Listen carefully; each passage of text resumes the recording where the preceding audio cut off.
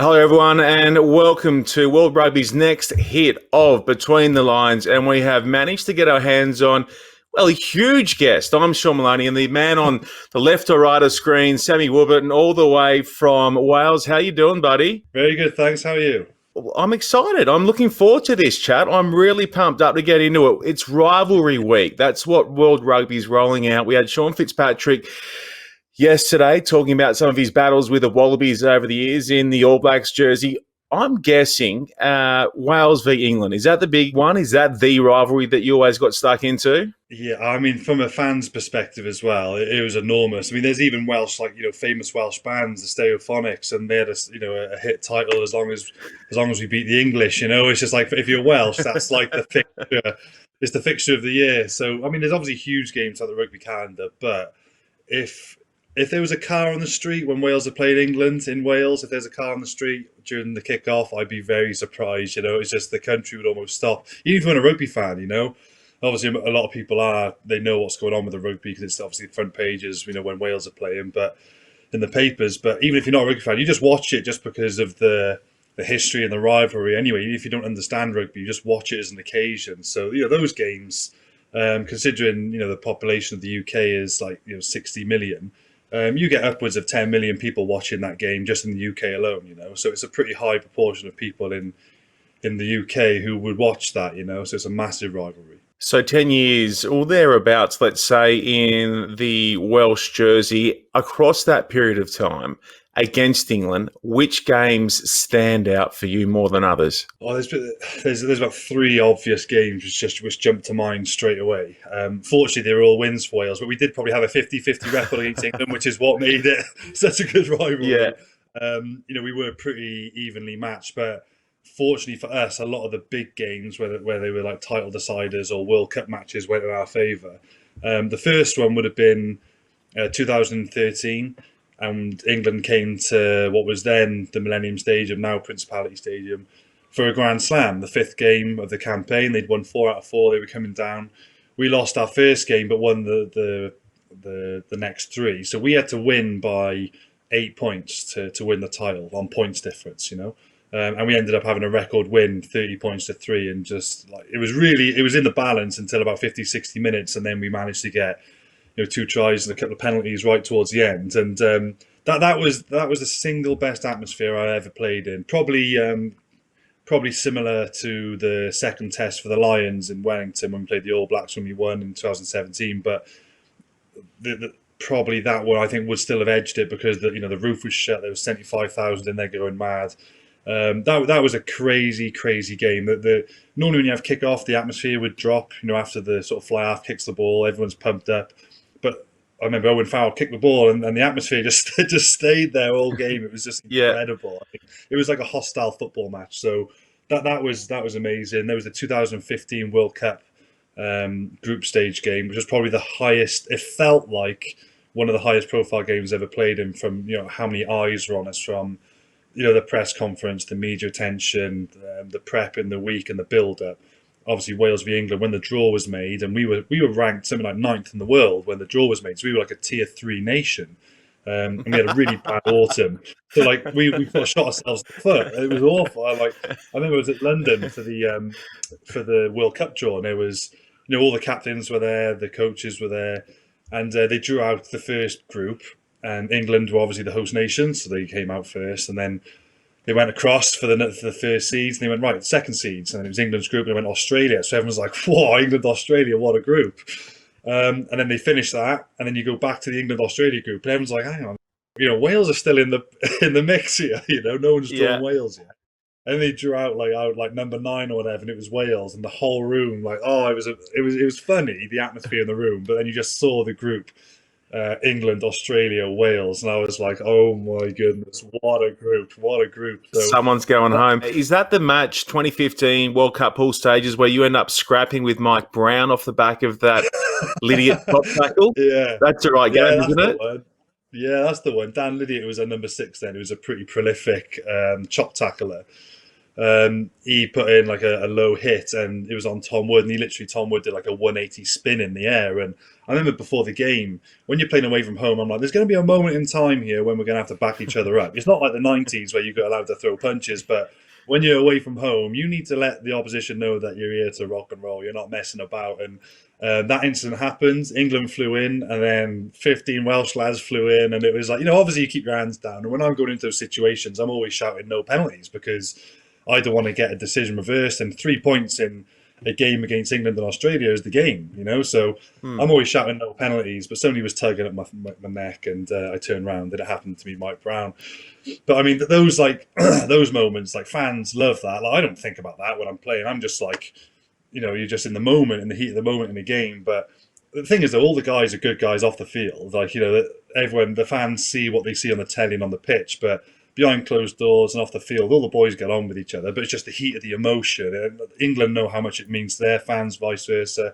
But yeah, we won that game, and we had about 10 injuries. We had a scrum half on the wing to finish the game. We had a fly half at centre. It was just like we were all over the shop. We had injuries everywhere, and we managed to hold them out and get a pretty famous win. So that's probably I've probably been involved in, lucky, two of the most famous wins against England in our history, really. So it's kind of unique with you having a rivalry against England, because you then have to tour with a bunch of those guys on the British and Irish Lions trips to Australia and New Zealand. How do you sort of bring it back together again when you're in the British, Irish and Lions jersey?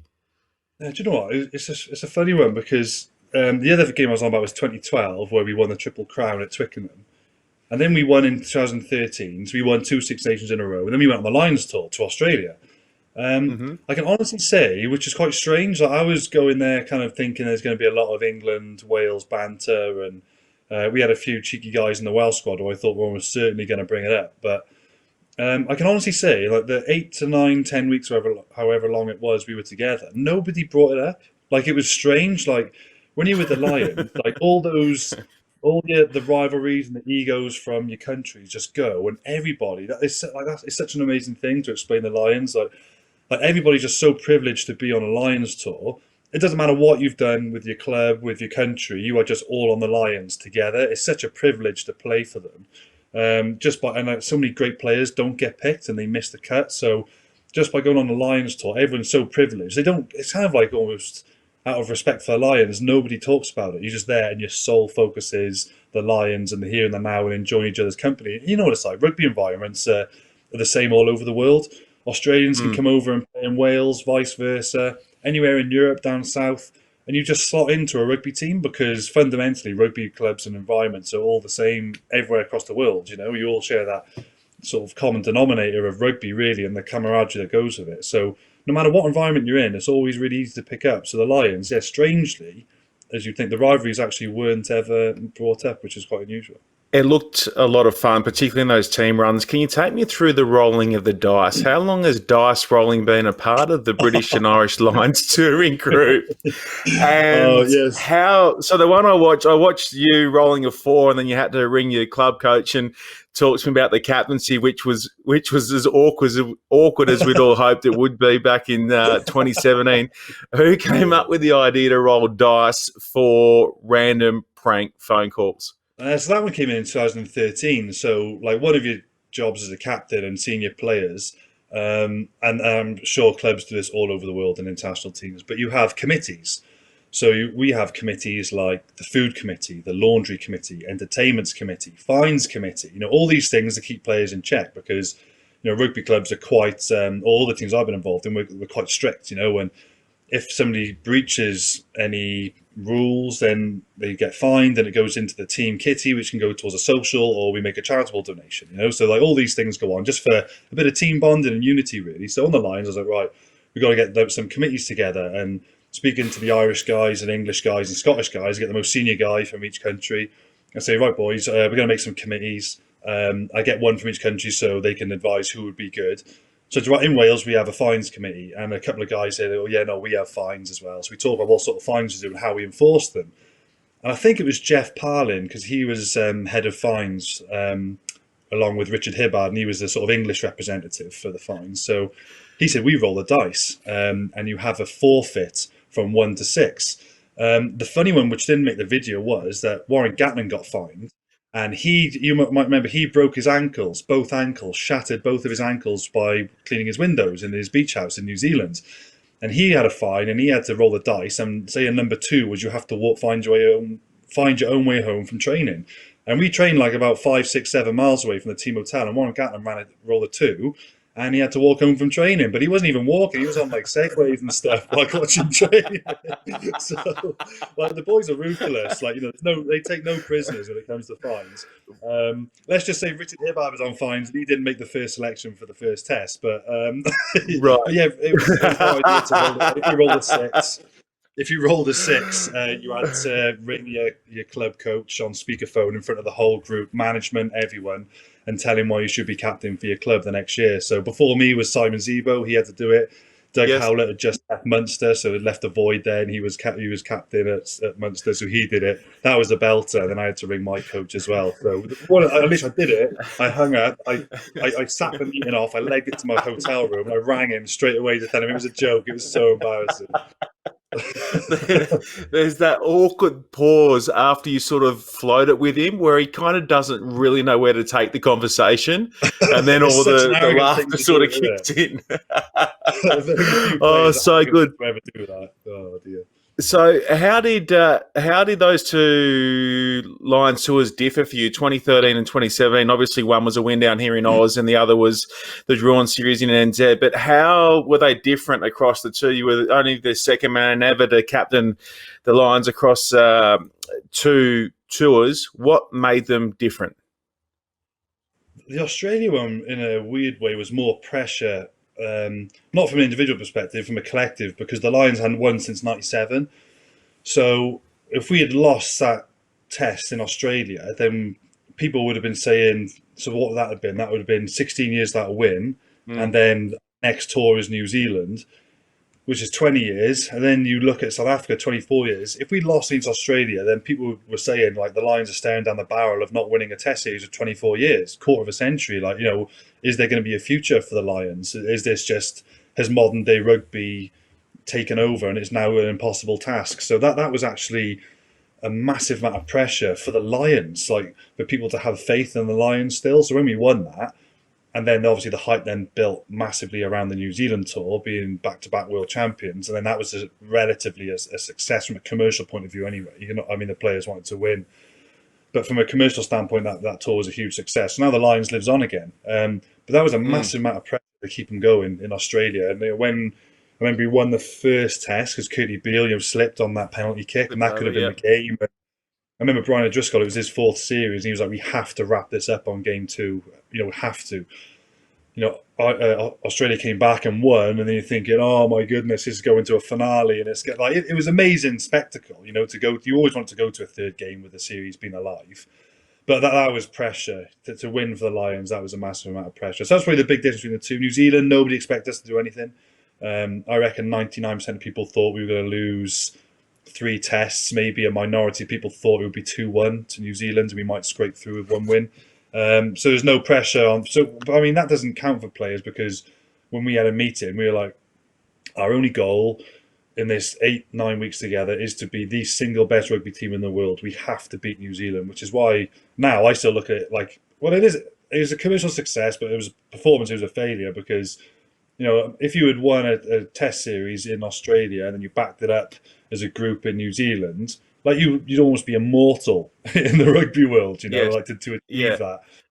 So I always think, I was gutted we didn't get that win for the team, because we tried so hard, and nobody wants to share a gold medal in the Olympics, So I always said, when I shared the trophy with Kieran Reid at the end, I said to him, I was like, if you could flip a coin and go for golden point extra time, would you do it?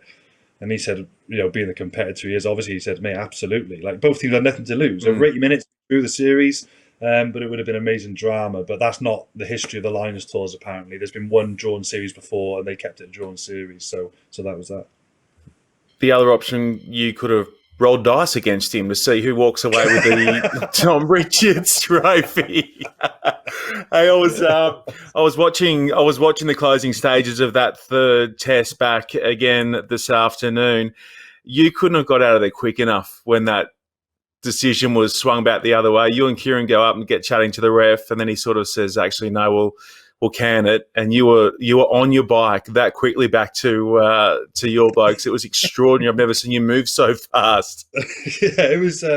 I actually think I remember I woke up the next morning and I was reading the headlines like Warburton saves the Lions series. I remember thinking I was coming back from injury during that series, so I remember thinking, well, I reckon I was playing around 70-80%. You know, I was all right. I was good, but I didn't play that well. What are they talking about? And then it was about that decision. I didn't think anything of it, but so like a lot of players will know who play the game. Like say you receive kickoff and they kick the opposite direction to the opposite side of the field that I'm on. My job is to reload, so I just turn, I reload, because that's my role. And then I hear this massive uproar, and I turn round because I'm about to shape up to potentially attack or kick chase, and then I see all the boys going mad. So I've got kicking coach Neil Jenkins, I've got Owen Farrell, Johnny Sexton, all screaming like, "You got to speak to the ref," and I'm like, What's happened? Like I haven't seen it. That's the tough thing as a coach, as a captain. You've got like 10 seconds, 20 seconds to get your point across. So I'm like, I don't know what's going on here. So I heard Roman Pratt saying, "Only your captain, please." And like, I don't really speak to referees a whole lot. I always say less is more, because if you just like banging on all the time, and I've spoken to refs after games, they say, "Mate, absolutely. When players and captains are in our ear all the time, it just becomes noise. Like you don't listen." So I've always been less is more, and I only speak if we have to. But I remember thinking, right, like I remember the Craig Joubert incident against Scotland when it was Australia. You remember well, Australia, Scotland in the quarter-final, and there was a very similar offence, and Australia went through to the semis. So I think referees have all learned from that and realised if there's a massive moment at the end of a game which can tip the scales, I think they got to take a step back and just, right, let's just make sure we get the right decision here. Because rugby, we're used to stopping the clock now. It just adds to the drama. So my first thought was, get the boys on side, because even though like 99.9% of the time a team would kick for the posts, it seemed like New Zealand would tap and go, score 7 and pull your pants down completely, So I was telling all the guys, right, back 10, just shape up. You can see me telling them all to shape up, ready for a quick tap. And then I heard Ron Pratt's only your captain. So I went up to him and I didn't really know what was happening. So I just said, "Oh, like, you have to check. You just have to check." And I saw him sort of just put his finger to his ear. And then he was going to the fourth official, and I knew then it's in the hands of the rugby gods then, the TMOs. Like, there's nothing more you can do. You can linger around, but they're not going to listen to you. So once I knew that was happening, I knew we had a chance of something. So that was all I did, really. And then Kieran was talking to him quite a bit. Probably knew more than me what was going on because he was actually in the incident himself. But once that happened and they went off and spoke to each other, you've got to give him his space. You can't annoy him. And fortunately, then he came back and he gave us the scrum, and I just acted like, we would chew the scrum anyway, so let's just crack on and scrum. Didn't celebrate. Yeah, obviously, boys. They're all under control, guys. Who were you alongside when the full-time whistle went in that game? Who were you alongside, and what was your reaction? Like, what was the vibe like out in the middle there when you all realised that nothing could be separated between the two teams across those 3 games? If I could down a pint of electrolytes as fast, if I could down a pint of beer as fast as I downed a pint of electrolytes at the end of that 80 minutes, I'd be a legend amongst my teammates, because my physio came on and the whistle went, and I was cramping up, and I was, like I said, I wasn't quite match fit anyway to play in that series. So I was drinking all these electrolytes, and I was like, quickly get them down, stretch my calves, because I was ready for extra. I was going for extra time. You thought you were going extra time. You didn't know that it was going to be a drawn series. Honestly, it sounds really bad as a captain. I did not know. I'll be honest, I did not know it was extra time. It was going to be extra time, because in a game of rugby, I played over 200 pro games. I have had 1 or 2 draws in my life. You'd never plan for the eventuality of a draw, particularly on a finale like that. There's going to be a win, how you think. And I can't say there's a Lions, we never even spoke about if we drew a game. Like it wasn't even part of the equation. You're going to win. And it sounds really negligent of me as a captain. So I was like smashing in these electrolytes and making them stretch my calves. He's like, "What are you doing?" I'm like, "Well, we haven't got any more subs. Like, I'm going to have to play another 20 minutes. He went, "Mate, that's the game." And I turned around and all the boys were shaking their hands. And I was like, "What's that about? We need a winner." Don't be joking. Like, we got to go again. So that was honestly my first thought. It was wild. Lucky that you won by 30 in Australia, so there was no confusion against the Wallabies 4 years earlier. Then, hey, in that third Oh, game, man, yeah. mate, that is extraordinary. That is amazing. And you know what else is amazing? Going through some of your notes and catching up a little bit more around you ahead of our chat. Anthrax as your pre-game rev up band. That is a strong choice. You look like a bit of a rock fan, so you know Anthrax, do you? Well, I know how heavy they are. In fact, I listened to the song "Refuse to Be Denied" before we spoke, and that is punchy music. It's my old man's influence, Alex. I mean, now I'm much more. That was towards the start of my career. I was a bit of metal just to rev me up, and now I'm a lot more hip hop and stuff. But yeah, there's a couple of songs I sort of like that song. I used to listen to a lot of metal when I used to train in my garage, and I was like 15, 16 years of age. I'd be gunning it, running around the streets, trying to get fit, smashing the weights out at home, just dreaming of playing for the Lions. Like I was just adamant. I was a bit obsessed actually as a kid that I was going to make it to the top. So they were the songs I used to listen to, and that song "Refused to Be Denied." Obviously, a song about like resilience and that, and never giving up. And I just always used to listen to that song, and there'd be certain games where I just put my headphones on before kickoff. I just listened to that song for 1 or 2 minutes, and I was ready to rip someone's head off. I was quite an aggressive player anyway, so I used to love that sort of music just to get me in. Because to play rugby, like you are a decision, everyone's a decision maker. But if you're like a half back, number 9 or 10 or full back, you want those boys a little bit more like clarity of thought. But your forwards, you've got to get in a certain frame of mind to play a game of rugby. Like it's tough, it's hard, and I didn't used to get nervous about playing the game as much because when the whistle goes and you cross the whitewash, I can honestly say I was never nervous for 1 minute of a game during a match. Never ever nervous, but the anticipation beforehand, always nervous. It's weird. So that anticipation to a game, and it's because I get nervous about what I'm going to have to put my body through, to come out the other end of an 80-minute test match. In Wales, we had a very physical game plan anyway, which I loved, and I was that kind of player anyway. But it was also the end of me that game, that sort of my style of playing, because I only played till I was 28. Like that's like some players, I say, they're only getting going at 28, and I finished at 28. Well, Dan Carter's set to play till he's 48 after resuming with the Blues this weekend. So there's that. I grew up watching him on Super Rugby in the mornings. I've had my career, I've finished, and he's still going. It's crazy, crazy. But yeah, no, I like a bit of heavy metal. Yeah, a little bit. Right. Okay. So you listen to your heavy metal, and then to bring it back to the rivalry side of things, who were a couple of the individuals that you went up against and who really hung tough with you throughout? Who were some of the guys that really asked questions of you? Two guys obviously come straight to mind, and that would be Pocock and McCall were phenomenal sevens.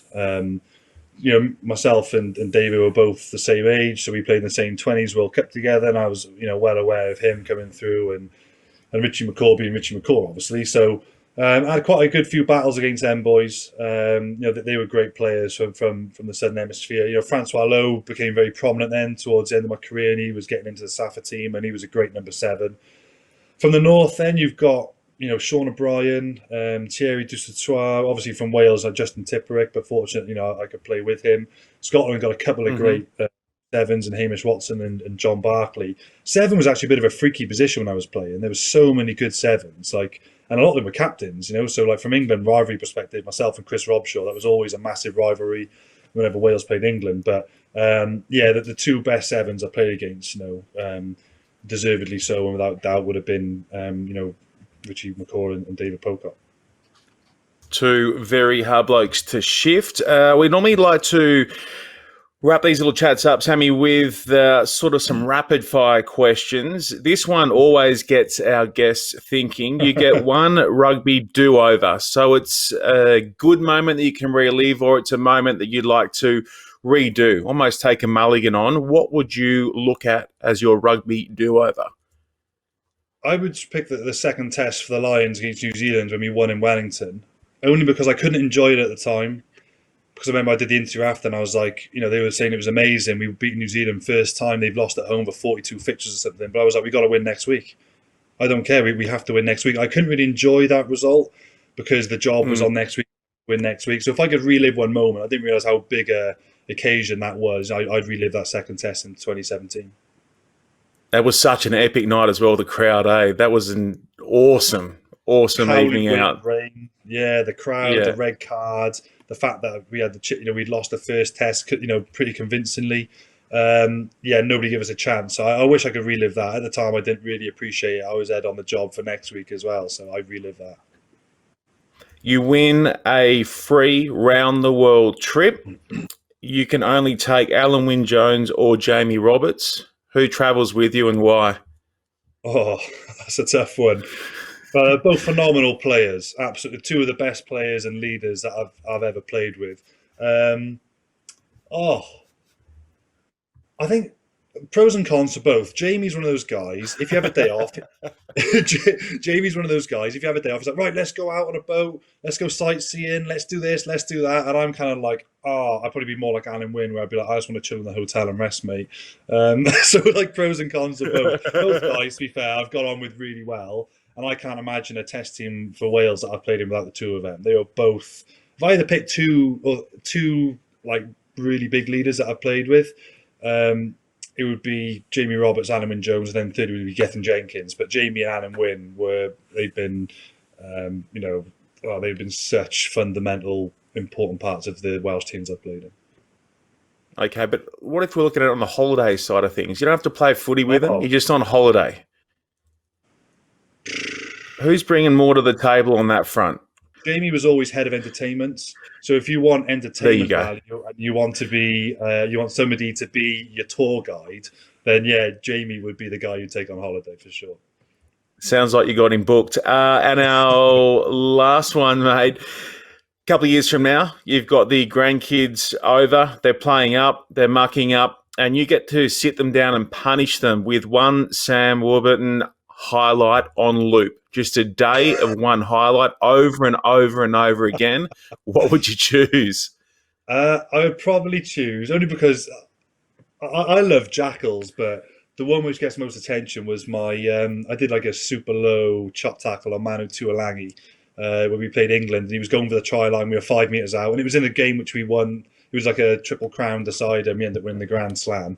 He was going over for the line, and a few people stop him from 5 yards out, but I practiced chop tackles almost at the end of every defensive session, and I went super low on him.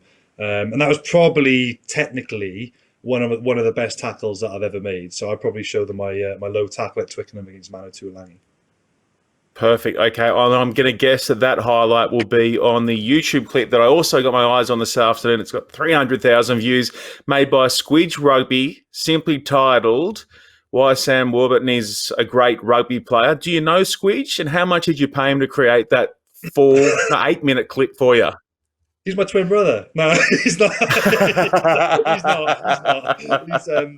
I never met him, but I did say, "Oh, thanks, mate." It was nice because he's actually got quite a bit of detail about his analysis, which surprised me about how observant he is about the game of rugby. So he always seemed to be a fan of mine, which was nice, and he put that video out there. So I did send him a private message to say, "Oh, cheers, mate." Every player has critics, and every player has people who really like them, as journalists. But fortunately, he was on my side, which gives you a nice bit of publicity. So I appreciate that. Very much so, mate. We all are too. Thank you so much for joining World Rugby's Between the Lines, and we'll see you next on the sideline in your work as the Welsh breakdown specialist coach as well. And hopefully, Sammy, it's not too long from now that we get some more footy, huh? Yeah, mate, we're all desperate for it, aren't we? So I can't wait to get back out on the field. The coaches have been chatting on online videos like this. We're itching to get back. So looking forward to watching some Super Rugby coming up. That's going to be great just to get any rugby on our screen. So hopefully sooner rather than later. Can't wait. Thanks again, Sam Warburton. Awesome. Cheers, guys. Thanks for having me on.